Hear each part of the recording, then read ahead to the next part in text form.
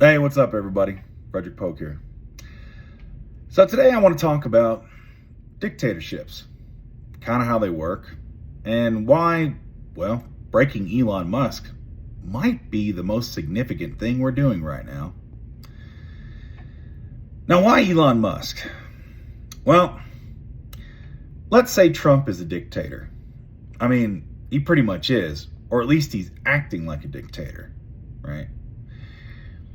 How do dictators really function in the modern world? Well, the thing is, it's not just the dictator, it's all the people around him. And usually those are in like concentric rings of power, right? So you've got the dictator here, and then you've got people that little layers of insulation, right? Going from like, let's say his top officials all the way down to like the generals and the military commanders, the military and the civil servants and all that. So they're the ones that effectively carry out the dictatorship of the state.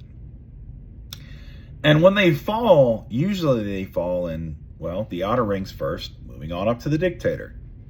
Now, sometimes a dictator might get unalived by, well, an internal coup or, maybe an external, like a rebellion, whatever.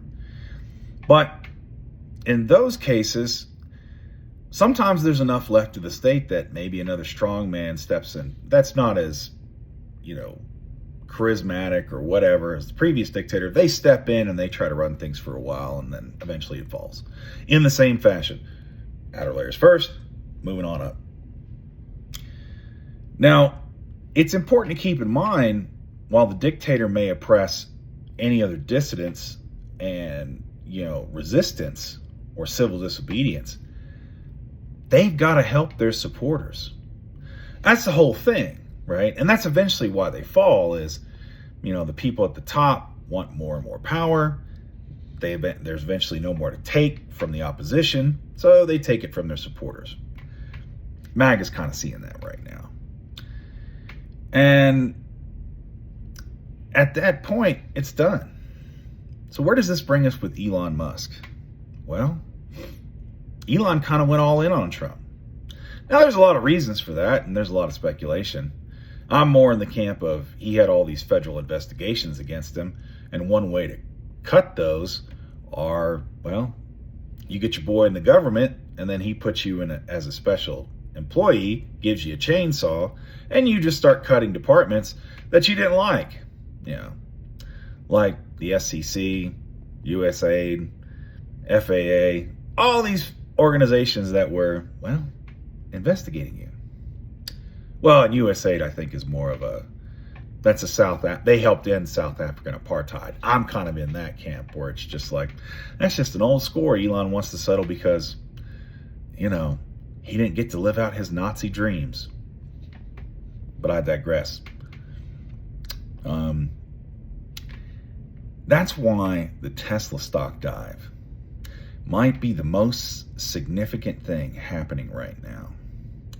And while it's something, even Tim Walz talked about it in a town hall he gave recently as kind of a joke. He likes to get a little perk in his day. He looks at the stock dive. But honestly, that's having an impact. And why that's having an impact is it's showing the power of the people directly in a one-to-one correlation. Because Elon Musk, whether he feels this way or not, because, these guys like to have it both ways, he's part of the government. He's part of the state. He's part of the Trump dictatorship. And the people have shown that they can hurt him, that they can take away the one thing he values, and that's wealth. See, the thing is with these billionaires, they don't live like you and me. And I'm not talking about, like what they can buy or their yachts and all that. That's true too, but I'm talking about how they calculate their wealth and what they're worth. Because you might see all the time that like, oh, well, Elon's worth, X amount, 100 billion, and Jeff Bezos is worth this. And you might think, damn, man, they got all that money sitting around in their bank account. Nah, not exactly. See, for regular folks, how we calculate our worth, it's pretty basic. It's what you got in your checking account, maybe savings account, maybe 401k, if you're lucky and you have enough to put in there.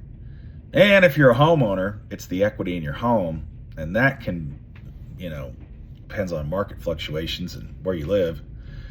And that's about it. Maybe you got some stocks but it's not a whole lot, right? And basically, if you needed money in a pinch, well, you can pull it out of your 401k. You can maybe sell some stocks. Maybe you got a little bit of savings. But, well, if the market for your house takes a dive, nobody wants to move there, or that's it. Same thing's kind of happening to Elon. But see, how these guys work as a billionaire is they take out loans against their stock valuation so they don't have to pay taxes. That's why they never really pay taxes, because what they live on is not necessarily the income. Some of it is, but really it's these loans. And they use their stock as collateral. That's why they sell them off every once in a while when they're doing bad. It's basically to pay off the loans.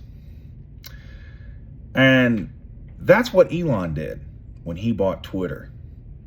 He overpaid for Twitter and put up his Tesla stock, which was it was pretty damn high, against buying, as collateral for the loan to buy Twitter.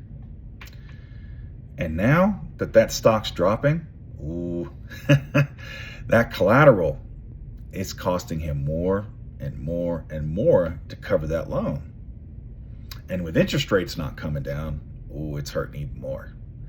So he's feeling this pinch on both sides.